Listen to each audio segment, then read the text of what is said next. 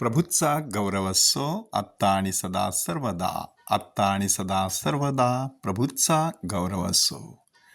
प्रार्थना करते है,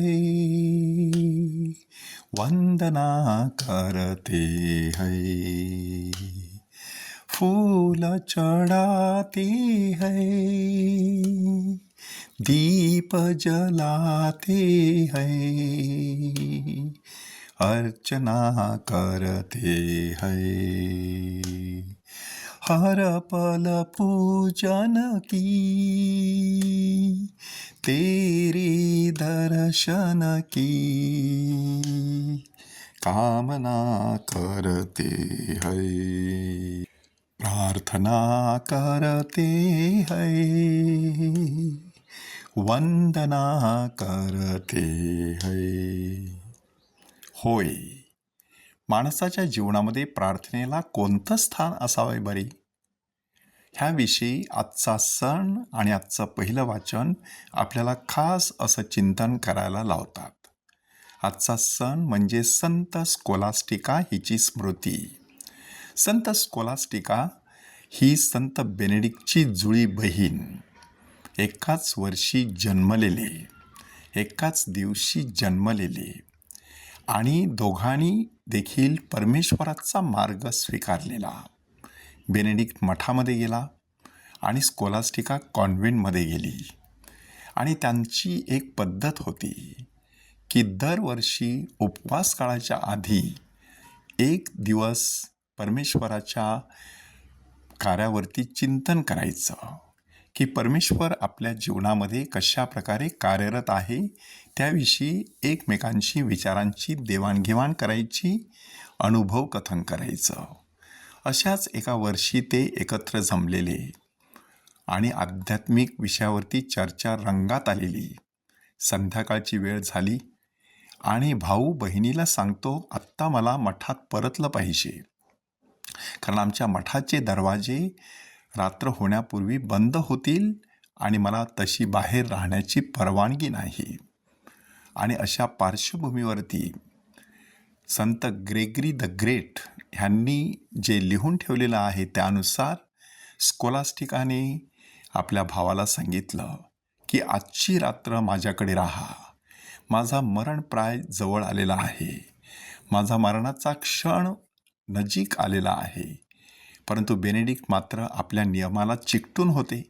अशा वेळेला स्कोलास्टिका ह्यांनी सांगितलं, आपण प्रार्थना करूया, परमेश्वर आपल्याला काय सांगतो ते ऐकूया आणि मग आपण निर्णय घेऊया. दोघे प्रार्थनेला बसले आणि कशात काही नसताना अचानक ढग भरून आले. सगळीकडे काळाकुट्ट अंधकार पसरला. सगळं काही स्वच्छ असताना अचानक धो धो पाऊस सुरू झाला, इतका की बेनेडिक्ट बाहेर पडू शकले नाहीत. परमेश्वरानेच दिलेली ही खूण आहे असं समजून बेनेडिक्ट त्या रात्री तिथेच राहिले. आणि संत ग्रेगरी द ग्रेट म्हणतात की प्रेमाच्या नियमाने शिस्तीच्या नियमावरती मात केली होती. आणि त्या ठिकाणी सकाळ झाल्यानंतर बेनेडिक्ट आपल्या मठात परतले. 3च दिवसांनी त्यांना कळलं की त्यांची बहीण मरण पावलेली आहे. त्यांनी स्वतःसाठी जी खाच खणलेली होती त्याच खाचेमध्ये तिला पुरण्यात आलं. अवघ्या काही आठवड्यातच हा भाऊ पुन्हा एकदा आजारी पडला आणि तिच्या मागोमाग देवाघरी गेला. एकाच वर्षी जन्मलेले, एकाच वर्षी मरण पावलेले 67 वर्षांचे हे भाऊ बहिणी, ज्याप्रमाणे शरीराने मनाने एकरूप झालेले होते त्याप्रमाणे आत्ता ते आत्म्याने देखील परमेश्वराठाई एकरूप झाले. त्या दोघांनी केलेल्या कार्याला इतकं प्रचंड फळ आलं की बेनेडिक्टाईन धर्मसंस्थेमध्ये आज 1000हून अधिक संत जगाला देण्यात आलेले आहेत. हा संपूर्ण प्रसंग आपल्याला काय शिकवतो की माणसाच्या जीवनामधील प्रार्थना कधीच वाया जात नसते. कधीतरी त्या प्रार्थनेला फळं येत असतात. आज पहिल्या वाचनामध्ये शल्मोन राजा नवीन मंदिराच्या समर्पणाची प्रार्थना करत आहे. 1 राजे अध्याय 8 हा संपूर्ण अध्याय वाचून पहा.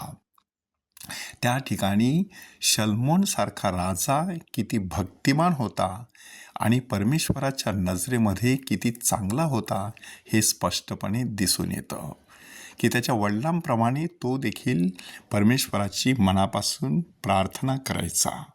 त्याच्या प्रार्थनेमध्ये त्याने सांगितलेलं आहे की हे परमेश्वरा, तू संपूर्ण आकाश आणि पृथ्वी व्यापलेला आहेस, तुला ह्या मंदिराची काय गरज, तरी देखील तू ह्या मंदिरामध्ये येऊन वस्ती कर. इथे केलेली प्रार्थना तू ऐक. ह्या दिशेने जेव्हा लोक तोंड करून प्रार्थना करतील, मग ते इस्रायली असो की बिगर यहुदी असो, अशा सगळ्यांची प्रार्थना तू ऐक. तू श्रवण कर आणि आमच्या पापांची क्षमा कर. काळजाच्या देठातून आलेली सुंदर अशी प्रार्थना, ही प्रार्थना नंतर किती मोठं फळ धारण करू शकते हे आपण पाहतो की ह्या मंदिराभोवती वर्षानुवर्षे लाखोच्या संख्येने लोक एकत्र जमायचे. आजही त्या मंदिराच्या उभ्या असलेल्या एका भिंतीभोवती यहुदी, ख्रिस्ती आणि इतर धर्मीय लोक एकत्र येत असतात, आपापल्या प्रार्थना करत असतात. प्रभू येशू ख्रिस्त शुभवर्तमानामध्ये आपल्याला सांगत आहे की केवळ बाहेरून देखावा करू नका, आतमधून अंतःकरण शुद्ध करा. देह मंदिर, चित्त मंदिर, एक तेथे प्रार्थना, सत्य सुंदर मंगलाची नित्य हो आराधना. प्रभूचा गौरव असो आत्ता आणि सदा सर्वदा. आत्ता आणि सदा सर्वदा प्रभूचा गौरव असो. हे संत स्कोलास्टिका, आम्हासाठी विनंती कर. हे संत बेनेडिक्ट, आम्हासाठी विनंती कर.